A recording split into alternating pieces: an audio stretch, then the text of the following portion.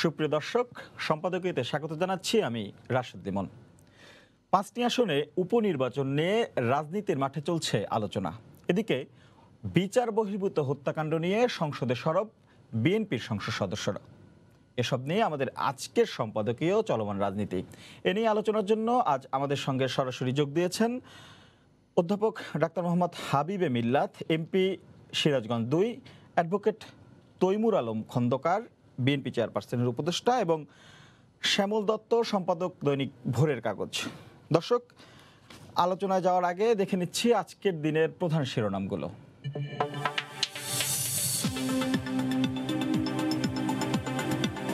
পুরনো ঢাকার ভেজাল বিরোধী অভিযানে মিলল বিদেশি মোড়কে দেশি নকল প্রসাধনী, জব্দ শিশুদের জনসন ব্র্যান্ডের পণ্য, গ্রাহকদের ঠকাতে প্রতারণার ৩ কৌশল। ব্যাংকে সাইবার হামলা প্রতিরোধে ব্যবস্থা নেওয়া হয়েছে, জানালো রেসপন্স টিম। এটিএম বুথের কার্যক্রম স্বাভাবিক করার বিষয়ে আসেনি বাংলাদেশ ব্যাংকের কোনো নির্দেশনা।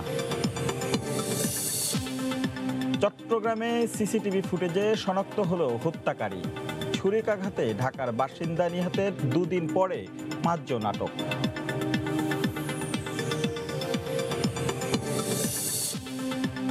ড্রেজিং করা মাটি মিশছে নদীতে, পদ্মায় কাটছেই না নাব্য সংকট। টানা ৬ দিন ধরে বন্ধ শিমুলিয়া কাঠালিয়া রুটে নৌ ফেরি চলাচল।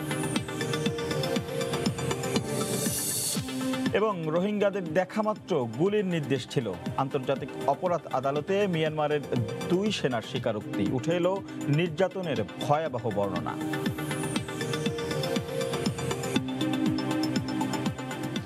ফিরছি মূল আলোচনায়। শুরুতেই যেটা বলছিলাম, চলমান রাজনীতি নিয়ে আজকে আলোচনা করব। এবং চলমান রাজনীতি বলতে আসলে এখন ঘুরে ফিরে আবারও, যদিও খুব অল্প কয়েকটা আসনেই উপনির্বাচন, 5টি আসনে উপনির্বাচন হচ্ছে, যদিও তারপরও কিন্তু এই আলোচনার কেন্দ্রবিন্দু এখন রাজনীতিতে কিন্তু এই উপনির্বাচন বেশ খানিকটা প্রভাব ফেলছে। একটা সময় আমরা দেখছিলাম যে বিএনপি বলছে যে তারা নির্বাচনে অংশ নেবে কি নেবেন এরকম একটা দোদুল্যমান অবস্থায় ছিল, যদিও তারা এখন নির্বাচনে 5টি আসনে উপনির্বাচনে অংশ নেবে বলে জানিয়েছেন। যদিও এরই মধ্যে কিন্তু তারা প্রার্থী দেয়নি, কিন্তু আওয়ামী লীগ কিন্তু এই 2টি আসনের প্রার্থিতাও ঘোষণা করেছে। তো মূলত এ নিয়ে আলোচনা। আমি শুরুতে যাব তৈমুর আলম খন্দকার আপনার কাছে, যে এই 71 জাতীয় সংসদ নির্বাচন নিয়ে আপনাদের প্রশ্ন ছিল, এরপরে দেখলাম 2টি উপনির্বাচনে আপনারা অংশ নেননি, আবার এই 5টিতেও অংশ নেবেন কি নেবেন না এ নিয়েও একটি দ্বিধা ছিল, আবার আপনারা এখন অংশ নিচ্ছেন এমনটাই আমরা জানছি। মূলত নির্বাচন নিয়ে আসলে আপনাদের ভাবনাটা কি, বা এদিক ওদিক এপাশ ওপাশ চিন্তাগুলো আসলে বারবার ছড়িয়ে যাচ্ছে কেন? ধন্যবাদ সম্মানিত আলোচক এবং দর্শক শ্রোতা। বিষয়টি হলো, বিএনপি বহুদলীয় গণতন্ত্র বিশ্বাসী একটা দল, যেটা প্রতিষ্ঠার লগ্ন থেকেই যে গণতান্ত্রিক পরিবেশে গণতন্ত্রের প্রতি আস্থা ছিল। বিএনপি একটা নির্বাচনমুখী দল, এবং বিএনপি এর আগে বহুবার নির্বাচন করে ক্ষমতায় এসেছে, আবার ক্ষমতার থেকেও আসতে পারে না। কিন্তু এখন প্রশ্নটা হলো, যার জন্য নাকি এই দেশে নির্দলীয় তত্ত্বাবধায়ক সরকারের একটা আইন, সাংবিধানিক আইন, একটা গণমুখী আন্দোলনের মুখে এটা এস্টাবলিশড হয়, এবং এই আন্দোলনের মধ্যে এই আওয়ামী লীগও এখানে নেতৃত্বে ছিল, এবং আওয়ামী লীগের সাথে জামাতে ইসলামও ছিল, অন্যান্য দল, বাম দলগুলো ছিল, সবাই একজোট হয়েই একটা নির্দলীয় তত্ত্বাবধায়ক সরকারের বিরুদ্ধে আন্দোলন। কিন্তু আওয়ামী লীগ 2008 সালে ক্ষমতায় আসেই এই নির্দলীয় তত্ত্বাবধায়ক সরকারের যে ক্লজটা ছিল সংবিধানে, সেটা উল্টো করে দেয়, সেটা বন্ধ করে মুছে ফেলে, সংশোধনী আনে। পরবর্তী সময় 2008-এর পরে যে নির্বাচনগুলো হলো, তখন আর দেশে নির্বাচন মানে 2014 এবং 2018-তে কোনো নির্বাচন হয় না। বিএনপি প্রথম থেকে বলে আসতেছিল যে নির্দলীয় তত্ত্বাবধায়ক সরকার ছাড়া বিএনপি নির্বাচনে যাবে। এই জন্য 2014 সালে বিএনপি নির্বাচনে যায় না। 2018 সালে বিভিন্ন আলোচনা সমালোচনা, যে বিএনপি নির্বাচনে গেলে ভালো করতো, বিএনপি নির্বাচনে যাওয়া উচিত, তারপরেও বিভিন্ন আলাপ আলোচনা সমালোচনা সবকিছুর মধ্যে দিয়ে দলের মধ্যে পক্ষে বিপক্ষে অনেক মতামতের পরেও বিএনপি নির্বাচনে গেল। কিন্তু নির্বাচনে গিয়ে কি দাঁড়াইলো? নির্বাচনে গিয়ে দেখা গেল যে কোন ভোটার সেখানে ভোট দিতে পারেনি। এটা আপনার যদি মিডিয়াতে আসেন, শ্যামল দত্ত ভাই মিডিয়ার লোক, তিনি এটা স্মরণ করে তিনি ভালো বলতে পারবেন। প্লাস ওই ফুটেজ গুলি যদি আপনারা দেখেন তো দেখবেন যে কোন নির্বাচন বাংলাদেশে হয়। অভিযোগ আছে যে আগের দিন রাত্রে নির্বাচন হয়ে গেছে এবং অভিযোগ ছাড়াও এটা এস্টাবলিশ যে বিএনপির নেতা কর্মী যারা ছিল বা সমর্থক ছিল তাদের বিরুদ্ধে গায়েবী মকদ্দমা দিয়ে তাকে বাড়িঘর ছাড়া করে। এবং এই গায়েবী মকদ্দমার মধ্যে এমন লোককে আসামি করা হয়েছে যারা মৃত ব্যক্তি ভিক্ষা করে পুঙ্গ সে ব্যক্তিও আসামি হয়েছে। এই পরিস্থিতির মধ্যে 2008-এর নির্বাচনটা গেল। এই অভিজ্ঞতা আমাদের আছে। এখন প্রশ্ন হলো যে উপনির্বাচনগুলিতে যা বিএনপি কি করে। এখন যেহেতু বিএনপি একটা গণতান্ত্রিক দল এবং রাজনীতিকে টিকিয়ে রাখার জন্য রাজনৈতিক যে অনুশীলনের জন্য পলিটিক্যাল এক্সারসাইজের জন্য নির্বাচনটা গণতান্ত্রিক একটা বাহন, এই জন্য বিএনপি নির্বাচনে যেতে চায়। কিন্তু এই নির্বাচনে যাওয়ার জন্য যে সমস্যাটা হলো যে দেশে নির্বাচন কমিশনের একটা কথা আছে, নির্বাচন বলতে একটা কথা আছে, কিন্তু নির্বাচন আছে কিন্তু প্রতিদ্বন্দ্বিতা নাই। নির্বাচন এখানে সরকারি ইচ্ছারই এখানে যথেষ্ট। সরকার যাকে দিবে তাকে এই সরকারি যে অ্যাডমিনিস্ট্রেশন আছে, ম্যানেজমেন্ট আছে, যারা প্রশাসনিক কর্মকর্তা আছে, তাদের দায়িত্ব, তাদের সহযোগিতায় সেখানে কারসাজিতে ওই সরকারি দলের প্রার্থীকেই নির্বাচিত করা। এবং আপনি দেখবেন যে এই যেগুলি স্থানীয় সরকার নির্বাচন, সরকার তো এই গত কয়েক বছরের যে স্থানীয় সরকার নির্বাচনগুলিতেও এই দলীয় ব্যানার দলীয় ম্যান্ডেটে নির্বাচনগুলি হয়। সেখানেও এই বিএনপির বা প্রতিপক্ষের লোকজন প্রার্থীরা সেখানে নমিনেশন পেপারে জমা দিতে পারে। তারপরে নমিনেশন পেপার জমা দিল, এমন ঘটনা ঘটছে, মিডিয়াতেই আসছে যে চেয়ারম্যান ক্যান্ডিডেট যে ছিল সে চেয়ারম্যান ক্যান্ডিডেট নিজের ভোট নিজে দিতে পারে না, বলে যে মেম্বার ভোট দিয়ে যান, চেয়ারম্যান ভোট দেওয়া হবে। এরকম একটা হরিলুটের মধ্যে নির্বাচন হবে।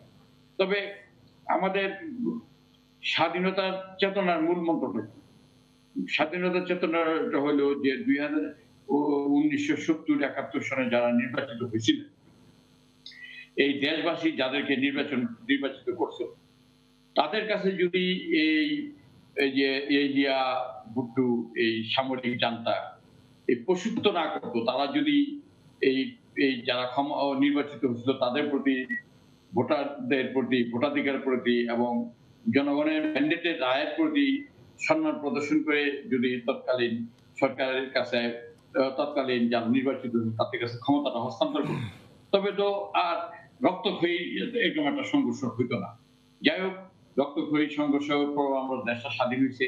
স্বাধীন হওয়ার জন্য আমরা জনাব তৈমুর আলম খন্দকার, আমি একটা জিনিস একটু আপনার কথা পিঠে যোগ করতে চাই। আপনাদের এই যে অভিযোগগুলো করছেন, যে তাহলে আপনার কথা অনুযায়ী ধরতে পারে যে আপনারা সেই সুষ্ঠু ভোট পাচ্ছেন না বা আপনাদের রাজনৈতিক অধিকারটা পাচ্ছেন না।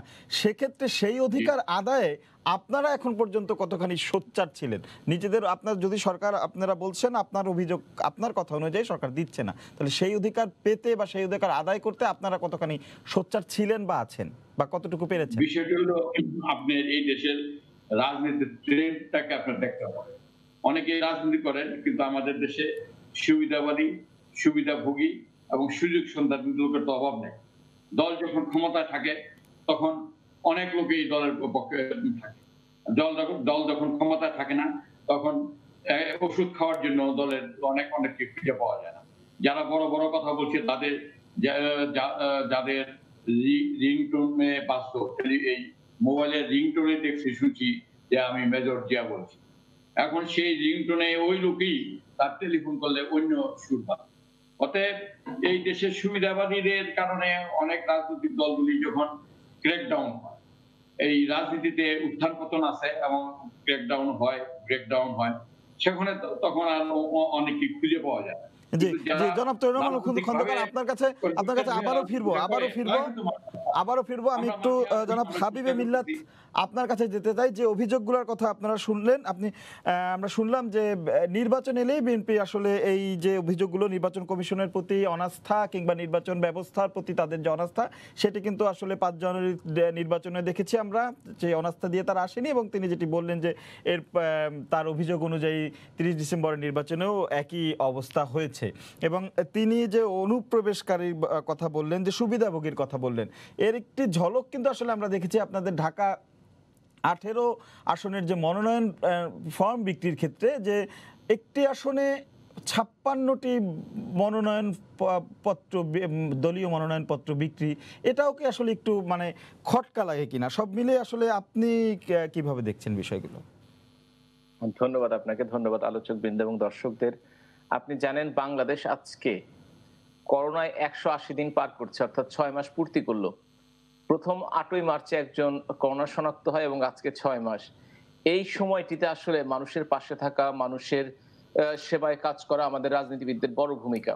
কারণ হচ্ছে রাজনীতি থাকবে, রাজনীতি সবসময় চলমান একটা প্রক্রিয়া, কিন্তু যে দলটি বা যে মানুষটি জনগণের সাথে থেকে, পাশে থেকে তাদেরকে সহযোগিতা করে, বিপদে আপদে জনগণ তাদেরকে সহযোগিতা করে, সমর্থন দেয়। এবং আপনি যদি দেখে থাকেন বিগত 6 মাসে বিভিন্ন রাজনৈতিক দল এর কর্মকাণ্ড সম্বন্ধে আপনারা মিডিয়ার সাথে যুক্ত, আপনারা সমস্ত কিছুই জানেন। বাংলাদেশের প্রধানমন্ত্রী জননেত্রী শেখ হাসিনা যেভাবে শক্ত হাতে করোনাকে অ্যাটলিস্ট এভাবে রাখতে পেরেছেন, এই জন্য আসলে সত্যিকার অর্থে ধন্যবাদ পাওয়া দরকার। মানুষকে ত্রাণ দিয়ে, মানুষকে টাকা দিয়ে, মানুষকে সহযোগিতা দিয়ে, প্রণোদনা দিয়ে দেশের অর্থনীতিকে এগিয়ে নিয়ে গেছেন, মানুষের জীবন জীবনকে নিশ্চিত করেছেন। কিন্তু বাংলাদেশের অন্যান্য দলকে কিন্তু সেভাবে এই বিপদের সময় পাশে আসতে দেখিনি। এর মাঝখানে গেছে আমপান, তারপরে গেছে একটি উত্তরবঙ্গ এবং দক্ষিণবঙ্গে ভীষণ বন্যা এখনো রয়েছে। এদের পাশে কিন্তু তাদেরকে খুব একটা দাঁড়াতে দেখি নাই।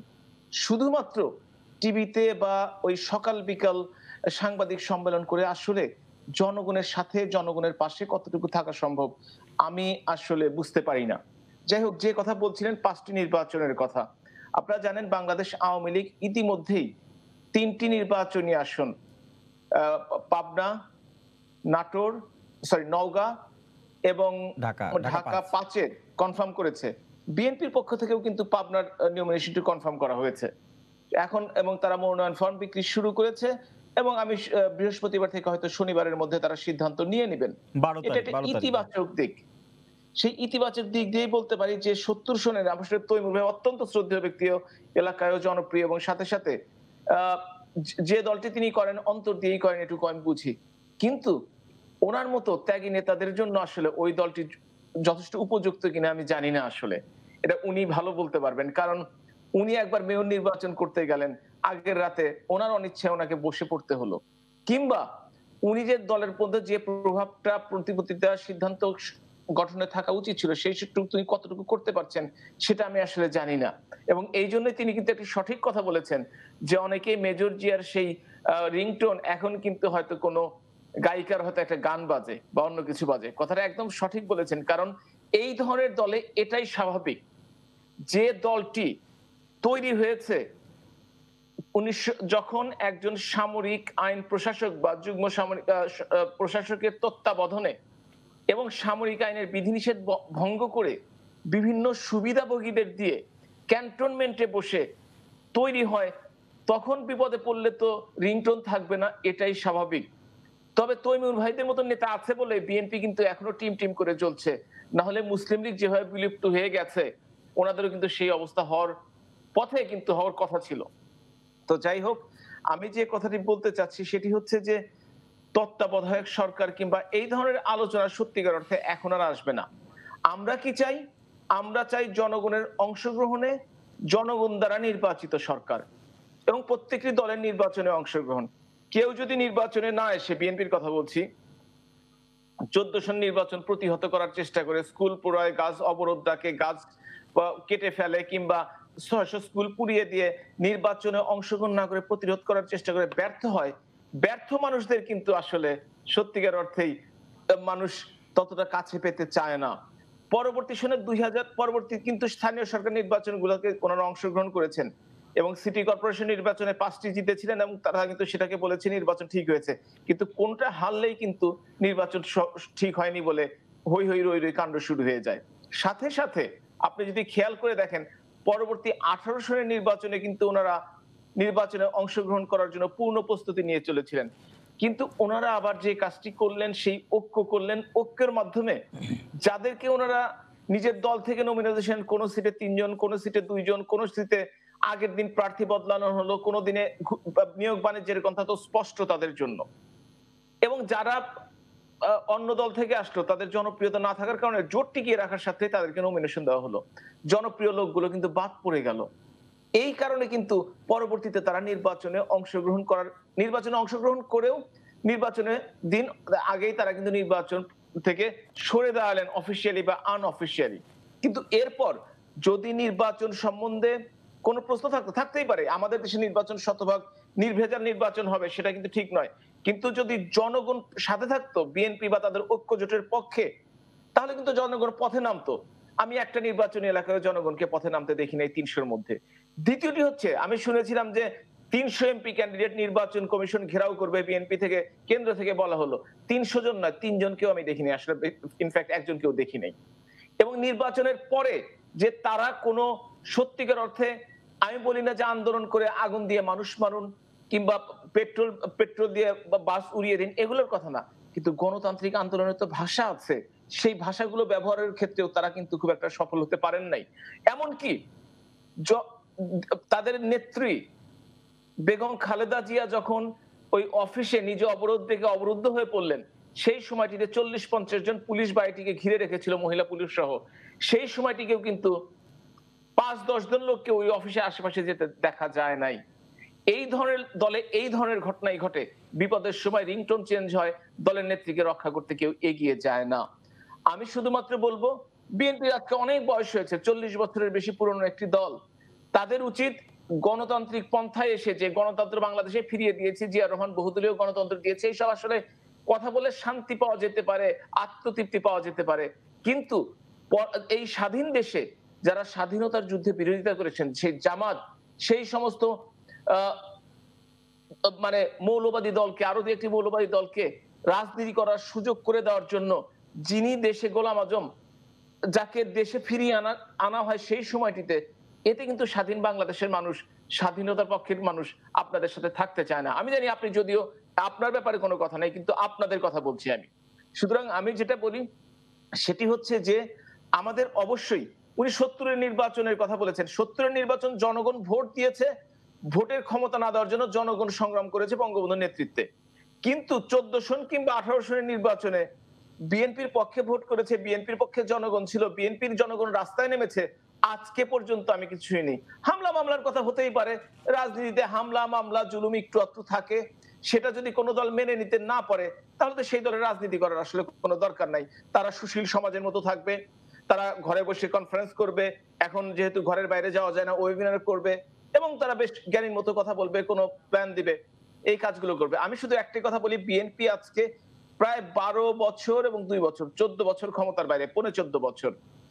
একটি উদাহরণ দিন আপনারা যে বিরোধী দলের থেকে জনগণের পক্ষে, জনগণের স্বার্থে কোনো একটি কারণে আপনারা কোন ধরনের আন্দোলন সংগ্রাম করেছেন জনগণের পক্ষে, একটা উদাহরণ চাই আমি শুধু, কিন্তু দিতে পারবেন না আমি জানি।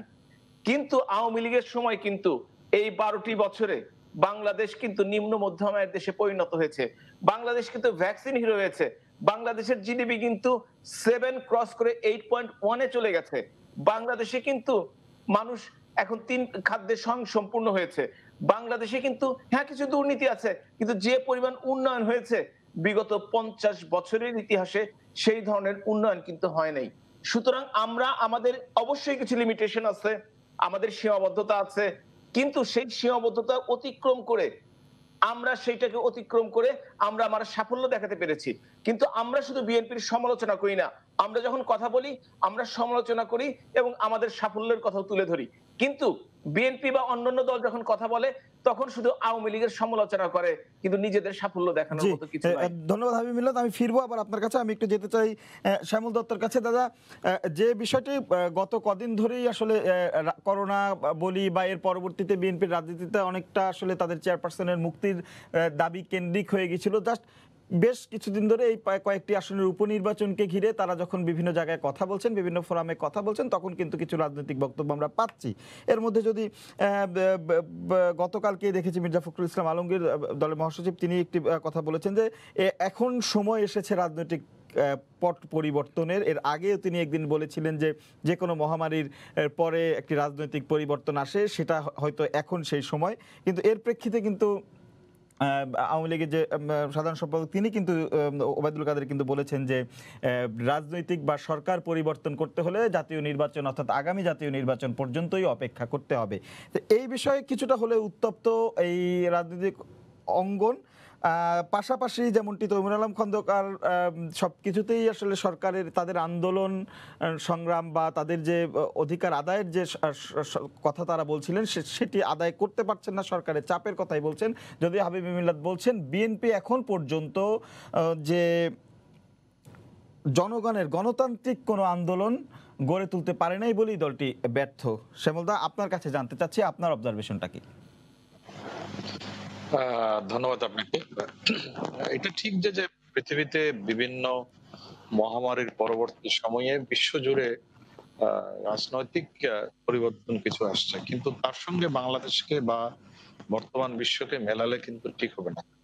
কারণ বর্তমান বৈশ্বিক রাজনৈতিক প্রেক্ষাপট সেই সময়ের থেকে অনেক তফাৎ। 1917 সালের রাজনীতি আর 2020 সালের রাজনীতির মধ্যে গুণগত পার্থক্য ঘটে গেছে।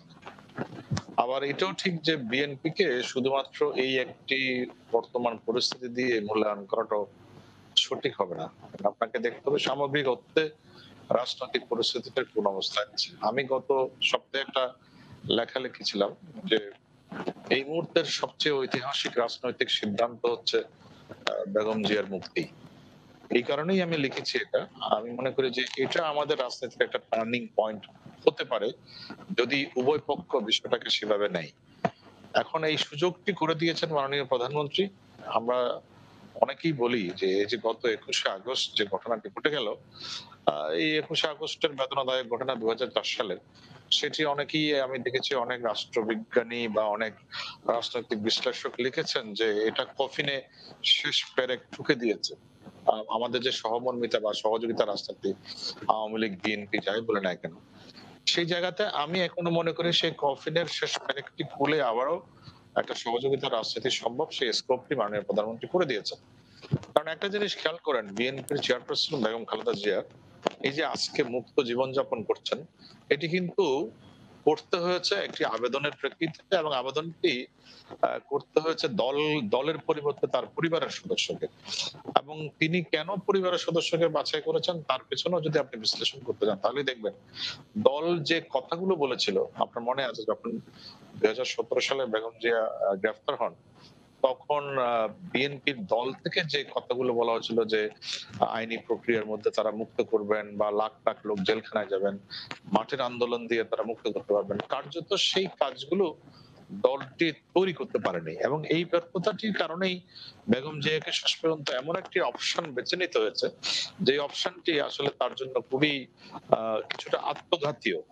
আজকে দেখুন পরবর্তী 6 মাসের জন্য বেগম জিয়ার পরিবারের পক্ষে শামীম ইস্কান্দার আবেদন করেছেন এবং মাননীয় প্রধানমন্ত্রী সেটিতে অনুমোদন দিয়েছেন। অর্থাৎ এই 6 মাস যদি 23শে সেপ্টেম্বর থেকে শুরু হয় তাহলে সেটি আগামী 22শে ফেব্রুয়ারি পর্যন্ত তিনি মুক্ত থাকতে পারবেন এবং দেশে চিকিৎসা নিতে পারবেন। সেই অনুমোদনটি স্বরাষ্ট্র মন্ত্রণালয় দিয়েছে প্রধানমন্ত্রীর অনুমোদন ক্রমে। অর্থাৎ এর পরেও যদি তিনি মুক্ত থাকতে চান, অর্থাৎ ফেব্রুয়ারির পরেও, তাহলে কিন্তু আরো একবার আবেদন করতে হবে এবং সেই আবেদনটি শেষ পর্যন্ত মাননীয় প্রধানমন্ত্রীকে অনুমোদন করতে হবে। অর্থাৎ মাননীয় প্রধানমন্ত্রীর অনুমোদনের উপর নির্ভর করছে 75 বছর বয়স্ক বিএনপির চেয়ারপারসন বেগম খালেদা জিয়া আগামীতে মুক্ত থাকবেন কি থাকবেন না। ফলে এই দলটির পক্ষে এই মুহূর্তে কি করা সম্ভব? দলের শীর্ষ নেত্রী তিনি এখন অভিযুক্ত এবং আরেকটি দলের শীর্ষ নেত্রীর অনুকম্পার উপর নির্ভর করছে তার বাইরে থাকা না থাকা। অন্যদিকে দলের ভারপ্রাপ্ত চেয়ারপারসন তিনিও দেশে আসার ঝুঁকিটি নিতে চাচ্ছেন না, অর্থাৎ তারেক রহমান তিনি বিদেশে আছেন। তো এরকম একটি পরিস্থিতিতে দলের সামনে অপশন গুলো কি আছে? আমি লিখেছিলাম ৩টা অপশন আছে। একটা অপশন হচ্ছে যে বর্তমানে যেরকম রাজনীতি চলছে, বিএনপি কিছু টুকটাক প্রেস কনফারেন্স করে, কিছু সংবাদ সম্মেলন করে, কিছু সেমিনার করে, কিছু মানববন্ধন করে, এইভাবে যাওয়া, এটা হচ্ছে একটা অপশন। দ্বিতীয় অপশন হচ্ছে যদি আবার কোন একটি হঠকারী সিদ্ধান্ত নেয়, যেটি 2013-14 সালে নিয়েছিল জামাতকে সাথে নিয়ে, আবার এই সেই ভাঙচুরের রাজনীতি, আবার সেই অগ্নি সংযোগের রাজনীতি, এটা একটা অপশন হতে পারে। আর থার্ড অপশন আমি বলেছিলাম যে একটা দেশের মধ্যে একটা পলিটিক্যাল কনস্ট্রাকটিভ ডায়ালগ শুরু করা। বিএনপির কিন্তু রাজনৈতিক সমর্থন আছে, আপনি একটা জিনিস ভুলে গেলে চলবে না, বিএনপি শুধুমাত্র একটি দল না, বিএনপি কিন্তু একটা পলিটিক্যাল ফিলোসফি। সেই ফিলোসফি হচ্ছে যে অ্যান্টি আওয়ামী লীগ যে প্ল্যাটফর্মটা আছে সেটা কিন্তু একসাথে সঙ্গীভূত হয়ে যায়, এবং সেই প্ল্যাটফর্মের যথেষ্ট সমর্থনও আছে, কিন্তু সেই সমর্থনটিকে কাজে লাগাতে হবে। রাজনৈতিক হঠকারিতার সিদ্ধান্ত যদি নেয়, তাহলে সেই হঠকারিতার মূল্য সেই দলকে দিতে হয়। আমি একটি ছোট উদাহরণ দিই আপনাকে। 1944-এ যখন মহাত্মা গান্ধী আপনার আন্দোলন করছিলেন, অসহযোগ আন্দোলন, তার তো আন্দোলন ছিল মানে কোনো অহিংস আন্দোলন। সেই আন্দোলনে দেখা গেল বিহারের চৌরি চৌরাতে আপনার কয়েকজন পুলিশ সদস্যকে পিটিয়ে মেরে ফেলা হলো। মহাত্মা গান্ধী কিন্তু তার আন্দোলনটি বন্ধ করে দিয়েছিলেন, কারণ তিনি মনে করেন এই ধরনের হঠকারী সিদ্ধান্ত দলকে আরো পেছন দিকে নিয়ে যায়। যেটা আজকে বিএনপি আজকে যে অবস্থায় পড়েছে, এটা কিন্তু তার হঠকারী সিদ্ধান্তের কারণে। বিএনপি এখন যে মূল্যটা দিচ্ছে, এই মূল্যটা দিতে হচ্ছে তার অতীতের কিছু কর্মকাণ্ডের জন্য। আমি যদি আরেকটি উদাহরণ দিতে বলি আপনাকে, এই যে 21শে আগস্টের ঘটনা, এইগুলো হচ্ছে বাংলাদেশের পলিটিক্সের কতগুলো গভীর ক্ষত। এই ক্ষতগুলোকে না সারিয়ে আপনি কিন্তু সামনে রাজনীতিকে এগোতে পারবেন না, কারণ বিএনপি এই জায়গাগুলোতে স্পষ্ট করেনি কখনো। আজকে যে বিএনপি এগোতে পারছে না, এই যে নানা মামলায় জর্জরিত, শ্যামল দত্ত, আমি নানা একটু ধরনের আপনার কথা যদি জানতে চাই, সেই 21শে এর আগস্টের কারণ ক্ষত যদি হচ্ছে কি? বলি, সেই ক্ষত ঘুচানোর কোনো পথ কি আপনার জানা আছে কিনা? অবশ্যই এই ক্ষতর জন্য প্রথমত বিএনপি কে স্বীকার করতে হবে দ্য মেড মিস্টেক, তারা একটি অন্যায় করেছিল। কারণ আপনি দেখবেন এই ঘটনাটি কি, 21শে আগস্টের ঘটনাটি হচ্ছে একটা প্রকাশ্য দেবালোকে একটি রাজনৈতিক দলের সবাই গ্রেনেড মেরে দলের শীর্ষ নেত্রী সহ অন্যান্য ব্যক্তিদেরকে হত্যা করার একটি উদ্দেশ্য, এবং তাতে প্রমাণিত যে রাষ্ট্রযন্ত্র ব্যবহৃত হয়েছে এবং তৎকালীন ক্ষমতাসীন দল ব্যবহৃত হয়েছে। তো সেই জায়গাতে যদি বিষয়টি স্পষ্ট না হয়, আপনি রাজনীতিকে এগোবেন কি করে? শুনেন, রাজনীতিকে শুধু আজকের ঘটনা দিয়ে বিচার করলে হবে না। রাজনীতি এমন একটা জিনিস, এক ধরনের সায়েন্সের মতো। সেই সায়েন্সের পিছনে নেপথ্যের কি কারণগুলো থাকে, কেন আজকে বিএনপির মতো একটি সমর্থন পুষ্ট দল রাজনীতির মাঠে জায়গা করতে পারছে না, সেই আত্মসমালোচনা, সেই আত্মবিশ্লেষণ, সেই জায়গাটি কিন্তু ঠিক করতে হবে বিএনপিকেই। বিএনপি সেই জায়গাটি স্টার্ট করতে পারে, সেই ডায়ালগটি স্টার্ট করতে পারে। আমি মনে করি তারা অতীতে যে দুটো সিদ্ধান্ত নিয়েছিল, সেই সিদ্ধান্তগুলো কিন্তু খুব একটা কাজে লাগেনি। তার মধ্যে একটি হচ্ছে ঐক্যফ্রন্ট গঠন করা। আপনি দেখেন it is another disaster for them. এখন বিএনপি নেতারা অনেকেই মুখ খুলছেন ঐক্যফ্রন্ট গঠন করাটা ঠিক হয়নি। তারপর হচ্ছে এইভাবে নির্বাচনে যাওয়া, সেই নির্বাচনে যাওয়া এবং সেই নির্বাচনে যাওয়াটা কিভাবে এটাকে কাজে লাগাবে, সেই জায়গাটি যেমন দুটো উদাহরণ দিই আপনাকে। একটি হচ্ছে 70-এ বঙ্গবন্ধুকে অনেকে কিন্তু নির্বাচনে যেতে নিষেধ করেছিলেন, কিন্তু বঙ্গবন্ধু অনড় ছিলেন। তিনি জানতেন তিনি নির্বাচনে গেলে নির্বাচন থেকে কিভাবে নিজের নিয়ন্ত্রণে রাখতে পারবেন, এবং নির্বাচন থেকে তিনি কিন্তু একটা আউটকাম বের করে নিয়ে আসছেন। আরেকটি উদাহরণ দিই, 68-র উদাহরণ। সেটি হচ্ছে যখন আগরতলা ষড়যন্ত্র মামলা এবং বঙ্গবন্ধুকে মুক্তি দিয়ে কিন্তু গোল টেবিলে নেওয়ার জন্য একটা প্রচেষ্টা ছিল আইয়ুব খানের। বঙ্গবন্ধু যাননি, বেগম মুজিবের পরামর্শে তিনি যাননি, কারণ তিনি জানেন এই ধরনের মুক্তি নিলে সেটি হবে তার জন্য রাজনৈতিক আত্মঘাতী সিদ্ধান্ত।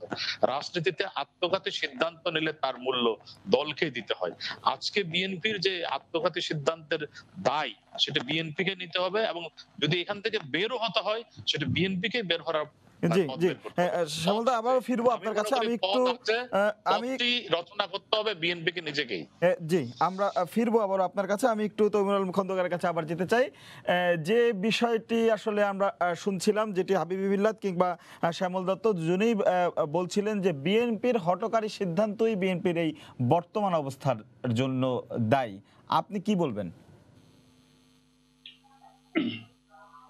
আপনি আলোচনা যা শ্যামল দত্তের বক্তব্য যেটা শুনলেন, তিনি কিন্তু এটা স্বীকার করে নিয়েছেন যে বিএনপির একটা জনভিত্তি আছে, বিএনপির একটা ব্যাপক জনসমর্থিত।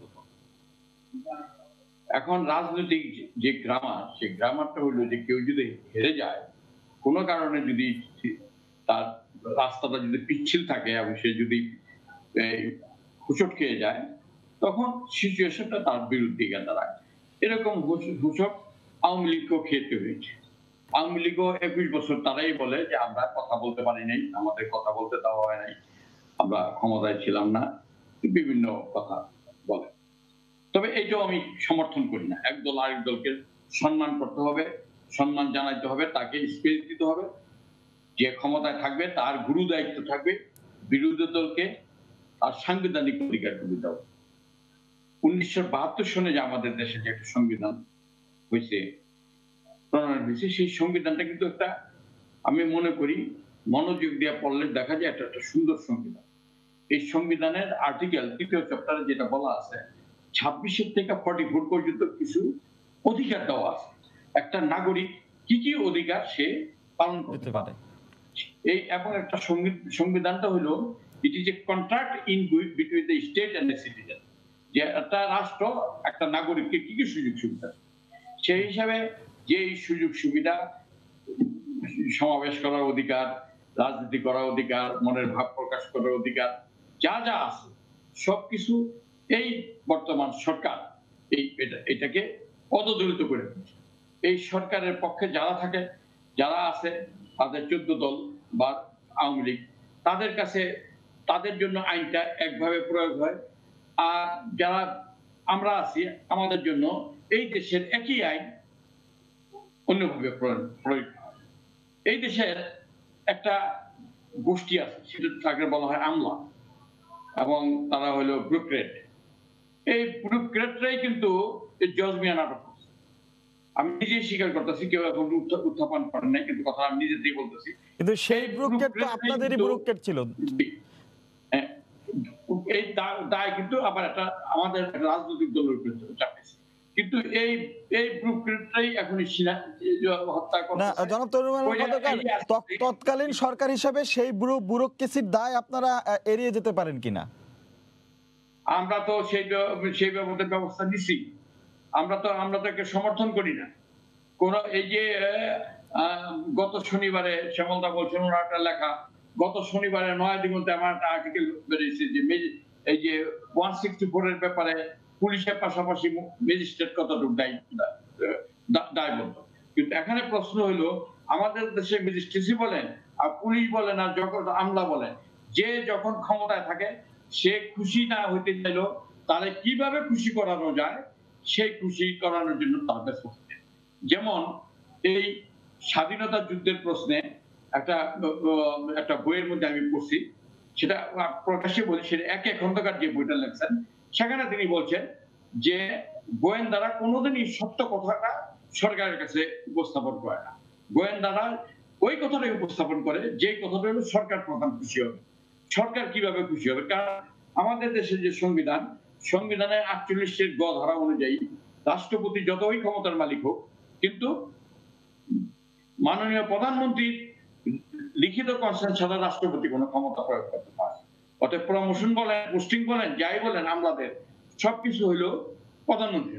আর এই প্রধানমন্ত্রীকে খুশি রাখার দায়িত্ব গ্রহণ করছে এখন আমলারা। প্রধানমন্ত্রী যা ইচ্ছা করে, প্রধানমন্ত্রী যদি মনে করেন হাসে, তাদের এই যে তারা হাসে। প্রধানমন্ত্রী যদি কোনো কারণে মনক্ষুণ্ণ হয়, তারা মনক্ষুণ্ণ হয়ে যায়। আপনি দেখেন, প্রধানমন্ত্রী হস্তক্ষেপ না করা পর্যন্ত আজ পর্যন্ত কোন ঘটনা এই দেশের এই সরকার কোন ব্যবস্থা গ্রহণ করছে? ওই শ্যানবাগে একটা মেয়ে রেপ হলো, সেই রেপ কেসও এই প্রধানমন্ত্রীকে ইন্টারফেয়ার করতে হয়। ওই গোড়াঘাটে এই আওয়ামী লীগের লোকেরা, যুবলীগের লোকেরা এই টিউনকের মাথা থেতলায় দিল, ওই ব্যাপারে প্রধানমন্ত্রীকে হস্তক্ষেপ করছে। আজকে দেখেন নারায়ণগঞ্জের একটা ঘটনা, আল্লাহ যেন কোন শত্রুর একটু মৃত্যু না দেয়, গ্যাস লিকেজ হচ্ছে, গ্যাস এটা বুদবুদ বাড়াইতেছে। এলাকার লোকজন গিয়া গ্যাস অফিসে গিয়া অভিযোগ করছে। অভিযোগ করার পর 50,000 টাকা ঘুষের জন্য, এটা এলাকার অভিযোগ পত্রিকা আপনারা দেখছেন, সেখানে গ্যাস লাইনটা ঠিক করে নাই। ফলে আগুনে পুড়া আজ পর্যন্ত 28 জন লোকের মৃত্যু হয়েছে। এবং প্রতিটা বিষয়ে এখন এই দেশে এই যেটা হচ্ছে সেটা হলো একক ক্ষমতা থাকার কারণে ইয়েকে জাতীয় পার্টিকে তার বিরোধী দল বলা যায় না। বিরোধী দল বলতে হইলে যে সরকারের যে মুখোমুখি অবস্থান নেওয়ার কথা সেটা কিন্তু জাতীয় পার্টি জনাব তৈমুর আলম খন্দকার, আপনি যে সরকার ব্যবস্থার কথা বলছেন বা যে সরকার ব্যবস্থার সমালোচনা করছেন, আপনারা কিন্তু 3 বার এই সরকারে ছিলেন, তখন কি আসলে এই সরকার ব্যবস্থা নিয়ে কোনো প্রশ্ন তুলেছেন? ম্যানেজমেন্টের অবস্থা সবকিছুর মধ্যে একটু দুর্বিষহ অবস্থা আমাদের। একটা কথা বলে শেষ করি, সেটা হলো যে বিএনপি যে করোনার মধ্যে কিছু করে নাই বা বিএনপি জনগণের কাছে থাকে না, সে কথা সঠিক না। কারণ মাননীয় প্রধানমন্ত্রী যেই কাজটা করার সুযোগ আছে, সরকারি তহবিল, রাষ্ট্রীয় তহবিল, জনগণের বিভিন্ন পুঁজিপতিদের সাহায্য সহযোগিতা, বিএনপির তো মানুষ ওই পুঁজিপতিরা হলেন বিএনপি কাজও গেছে, কারণ তাদের যদি আবার আওয়ামী লীগ আইডেন্টিফাই করে ফেলে। তারপরেও দেখেন এই যে নারায়ণগঞ্জের যে ঘটনা, বিএনপি নেতৃত্বে কিন্তু প্রথম গেছে গতকাল, গিয়া তাদের যতটুকু পারছে সাহায্য সহযোগিতা করে আসে। এমনি ভাবে বিএনপি তার সাধ্য অনুযায়ী সব জায়গায় আমরা ফিরবো সময় থাকলে আবার আপনার কাছে। আমি একজন দর্শক আছে ফোনে, আমি একটু দর্শকের ফোনটা নিতে চাচ্ছি। একজন দর্শক অপেক্ষা করছেন। দর্শক, আপনার নাম বলে প্রশ্নটি করুন। আমি পলাশ পঞ্চগড় থেকে বলছি। জি পলাশ, বলুন, শুনতে পাচ্ছি। আমি হাবিবে মিল্লাত স্যারের কাছে প্রশ্ন করতেছি। ওনার আওয়ামী লীগ সরকারের উন্নয়নের পাশাপাশি যত সব অপকর্ম হয় তাদের সবগুলোর সাথেই আওয়ামী লীগের ছোট থেকে হাইব্রিড নেতারা জড়িত থাকে এবং তাদের শুধু সাময়িক বহিষ্কারেই থেমে থাকে, সেরকম কোনো বিচারের আওতায় আনা হয় না। তাদের কি বিচার সঠিক হবে সরকার আমলে? জি ধন্যবাদ, আমরা বুঝতে পেরেছি। আমি একটু হাবিবে মিল্লাত আপনার কাছে এই পলাশের প্রশ্নের উত্তরটি জানতে চাচ্ছিলাম, যদি আপনি কি শুনতে পেয়েছেন? আমি ক্লিয়ারলি শুনতে পেয়েছি এবং পলাশ যিনি পঞ্চগড় থেকে ফোন করেছে তাকে অসংখ্য ধন্যবাদ। আসলে কারণ দেশ করতে হলে সবাইকে নিয়ে একসাথেই করতে হবে। শুধুমাত্র আমরা দায়িত্ব বা ক্ষমতায় আছি বলেই এক দল হিসেবে আমরা দেশকে গড়ব তা না, কিন্তু সকলের সহযোগিতা প্রয়োজন। সেটা সকল দলও হতে পারে এবং সকল জনসাধারণ, এবং এই সমর্থনটা যদি বেশি থাকে তাহলে আমরা আরো বেশি দূর এগিয়ে যেতে পারবো বলে আমি বিশ্বাস করি। উনি যে প্রশ্নটি করেছেন যে শুধুমাত্র কেউ অন্যায় অবিচার করলে বহিষ্কারের মধ্যেই সীমাবদ্ধ, কথাটি কিন্তু ঠিক নয়। আমাদের সরকারের সময় কিন্তু অনেক এমপিকে, এমনকি অনেক মন্ত্রীকে জেলে থাকতে হয়েছে এবং বিচার চলছে। দুর্নীতি দমন কমিশনের তলব করা হয়েছে, সেই তদন্ত চলমান। আমাদের একটা ব্যাপার বুঝতে হবে, আমরা যে আইনগুলো নিয়ে চলি সেটি অনেকগুলোই মানধাতা আমলের, যেই আইনের ফাঁক ফোকর গলিয়ে, সব দলের ক্ষেত্রেই বলছি, যে অনেকেই হয়তো মামলাটাকে ধীর গতি করে দেন, মামলাটাকে একটু স্লো করে দেন, কিংবা অনেকে ফাঁক ফোকর গুলিয়ে বেরিয়েও যেতে পারে। এটা হচ্ছে আমাদের দুর্বলতা। আপনাকে একটা উদাহরণ দিচ্ছি আমি, আপনি দেখেন বেগম খালেদা জিয়ার এই যে দুর্নীতির মামলাটি হলো, যে জিয়া চ্যারিটেবল ট্রাস্টের, যে অরফানেজ ট্রাস্টের যে টাকাটা দেওয়া হয়েছিল, টাকাটা পাওয়া যায়নি, টাকাটা গায়েব হয়ে গেছে, টাকাটা মারা হয়েছে, টাকাটা চুরি করা হয়েছে। এটা তত্ত্বাবধায়ক সরকার 2006 সনে মামলাটি করে, 2008 সনে মামলাটি হয়। পরবর্তীতে আপনারা দেখেন এই মামলাটির রায় হয়েছে 2018 সনে। এই একটি মামলা বেগম খালেদা জিয়া 55 বার কিন্তু তিনি কোর্টে যাননি। শুনানি হয়েছে এবং সাক্ষী দেওয়া হয়েছে শত শত লোকের, কয়েকজনের, এবং সাথে সাথে 10 বছর পরে কিন্তু রায় দেওয়া হয়েছে। একটা মামলা যেটা অ্যাকাউন্টে টাকা আসছে, টাকা নেই, এইটুকু প্রমাণ করতে 10 বছর লেগে গেল।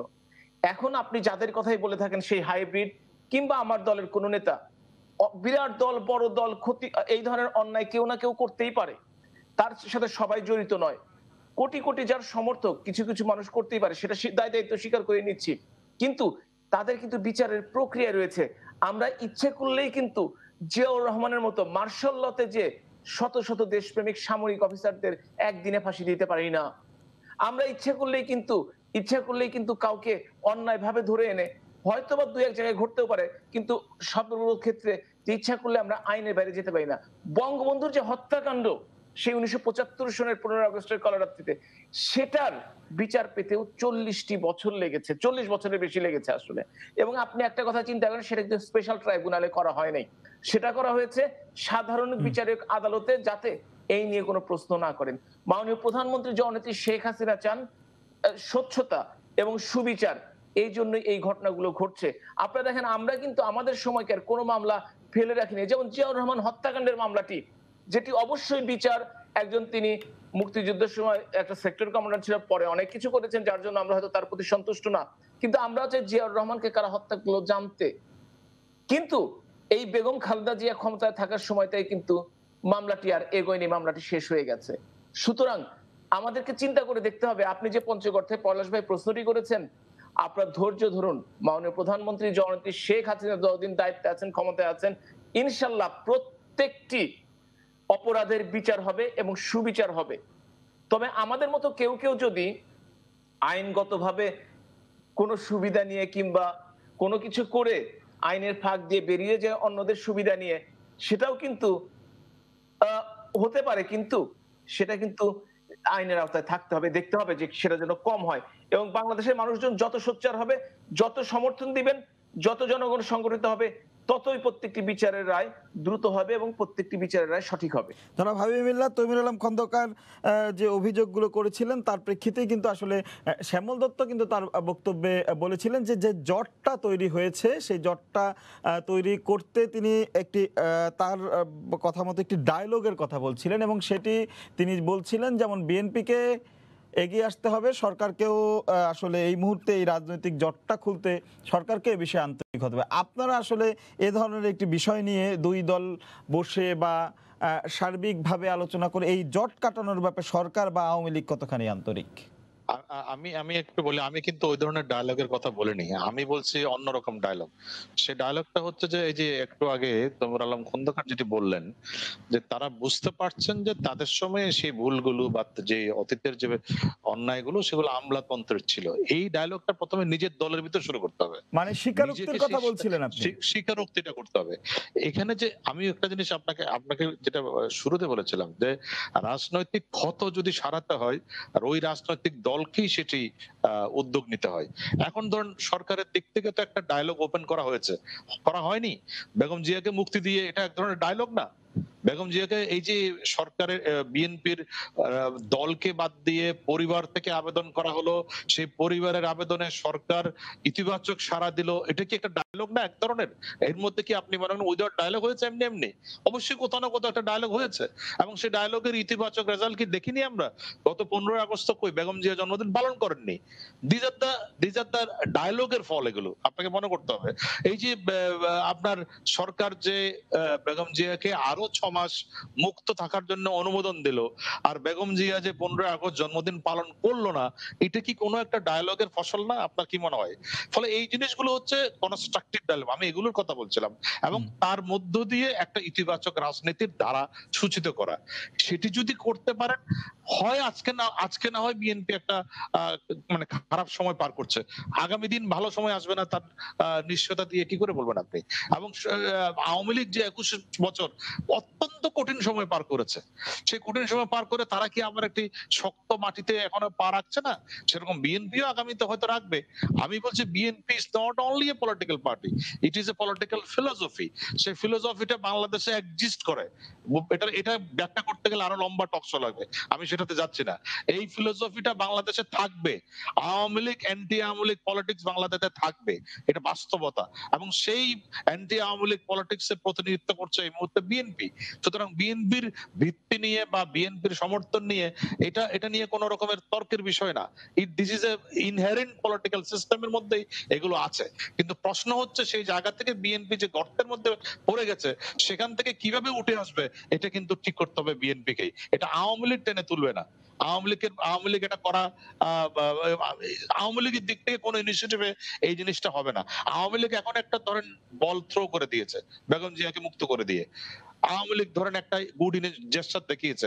যদিও অনেক রাষ্ট্রবিজ্ঞানী বলছিলেন যে 21 আগস্টের মানে ইয়ের পর দুই দলের মধ্যে কোন রকমের আর সহমর্মিতা রাজনীতি সম্ভব না, কিন্তু তারপরেও তো সম্ভব হয়েছে। তারপরেও তো আপনি দেখেন মাননীয় প্রধানমন্ত্রী কিন্তু যখন খোকো মারা গেল, বেগম জিয়াকে দেখতে গিয়েছিলেন। সো দ্যাট জেস্টার অলরেডি শোন। এখন এটার কাউন্টার জেস্টার কি হবে সেটি নির্ভর করবে আপনার রাজনৈতিক দূরদর্শী সিদ্ধান্তের উপরে, তার উপরে নির্ভর করবে আগামীতে বিএনপির রাজনীতি। আচ্ছা, ধন্যবাদ আপনাকে। আমি একটু যেতে চাচ্ছি হাবিব মিল্লাতের কাছে, যে বিষয়গুলো আসলে শ্যামলদা বলছিলেন যে এই যে সবশেষ খালেদা জিয়ার যে 6 মাসের যে মুক্তি বলি বা আমরা যে এই মুক্তির মেয়াদ বৃদ্ধির কথা বলি, সেটির মাধ্যমে একরকম বিএনপির কোটেই সরকার বল দিয়ে দিয়েছে। তো এখন আসলে যে স্বীকারোক্তির কথা বলি বা যে ডায়ালগের কথা বলছিলেন, আওয়ামী লীগের দৃষ্টিকোণ থেকে দেখলে আওয়ামী লীগ এখন আসলে তাদের অবস্থানটা কি, ছোট করে বলবেন, আমি একটু, আমাদের যেহেতু সময় কম। আসলে আপনার প্রশ্নটি আমি সঠিকভাবে যদি বুঝে থাকি, তাহলে যে আওয়ামী লীগের অবস্থান কি, আওয়ামী লীগ কিন্তু, আমি কিন্তু আওয়ামী লীগের নীতি নির্ধারণ পর্যায়ের কেউ না। আমি আওয়ামী লীগ নীতি নির্ধারণ পর্যায়ে বুঝে টকশোতে কথা বলার চেষ্টা করি। সেটি হচ্ছে যে আওয়ামী লীগ একটি গণতান্ত্রিক দল, গণতান্ত্রিক পরিবেশে গড়ে ওঠা 70 বছরের পুরনো একটি দল। বাংলাদেশে যতগুলো গণতান্ত্রিক আন্দোলন হয়েছে সমস্ত আন্দোলনে আওয়ামী লীগ নেতৃত্ব দিয়েছে এবং সেভাবেই গড়ে উঠেছে আওয়ামী লীগ। অবশ্যই অন্য দলের সাথে তাদের পার্থক্য থাকবে, প্রত্যেকটি দল একইভাবে তৈরি হবে না, সেটা আমরা জানি। আওয়ামী লীগ চায় বাংলাদেশের উন্নয়ন। যে দলের প্রধান বঙ্গবন্ধু শেখ মুজিবুর রহমান, যিনি এই দেশকে স্বাধীনতা দিয়েছেন, তার কন্যা জননেত্রী সে স্বাভাবিকভাবেই চাইবেন যে এই দেশটির উন্নয়ন হোক, উন্নত সমৃদ্ধ বাংলাদেশ হোক এবং যতটুকু সম্ভব আওয়ামী লীগের নেতৃত্বে হোক, এটাই তো স্বাভাবিক। কিন্তু জনগণ যদি চায় যে দল ক্ষমতায় থাকবে সেই দল ক্ষমতায় থাকবে, তাতে আওয়ামী লীগের কোনো অসুবিধা নেই। কিন্তু যখন দেখা যায় যে বঙ্গবন্ধু হত্যার সাথে জিয়াউর রহমানের নামটি উঠে আসে, তখন কিন্তু আওয়ামী লীগ একটু হোঁচট খায়। যখন দেখা যায় যে শত শত মানুষ পুরানো বিএনপি নির্বাচন বন্ধ করতে যায়, তখন কিন্তু একটু হোঁচটটা খায়। তারপরও মাননীয় প্রধানমন্ত্রী কিন্তু ওই টেলিফোনে আপনার ডায়লগের কথা বা সেই ডায়লগটি শুরু করার চেষ্টা করেছিলেন, কিন্তু মুখ ঝামটি খেয়ে কিন্তু সেই ডায়লগটি বেশি আগায় নাই। কোকো জিয়া মারা যাওয়ার পর কিন্তু সেই বাড়িতে গিয়েছিলেন, কিন্তু গেটটি কিন্তু খোলা হয়নি। আমরা চাই দরজা খোলা হোক। বেগম জিয়াকে যে সুযোগটি দেওয়া হয়েছে রাজনৈতিকভাবে, যে তাকে মুক্তির মেয়াদ বাড়ি বা মুক্তি দিয়ে এই সময়টিতে কেউ যেটি আশা করেনি, যেটি মাননীয় প্রধানমন্ত্রী করেছেন, এই যে গেট খোলার একটা পর্যায়ে এই দরজাটা খুলে দেওয়া হোক, একটা গণতন্ত্রের বাতাস বউক, যাতে সবাই মিলে আমরাও চাই সেই দরজা খুলবে এবং গণতন্ত্রের সুবাতাস বইবে, তেমন প্রত্যাশা রেখে সবাইকে ধন্যবাদ জানিয়ে শেষ করছি আজকে সম্পাদকীয়। আগামীকাল আবারও দেখা হবে রাত 10টায়, সে পর্যন্ত দেখার আমন্ত্রণ রইল।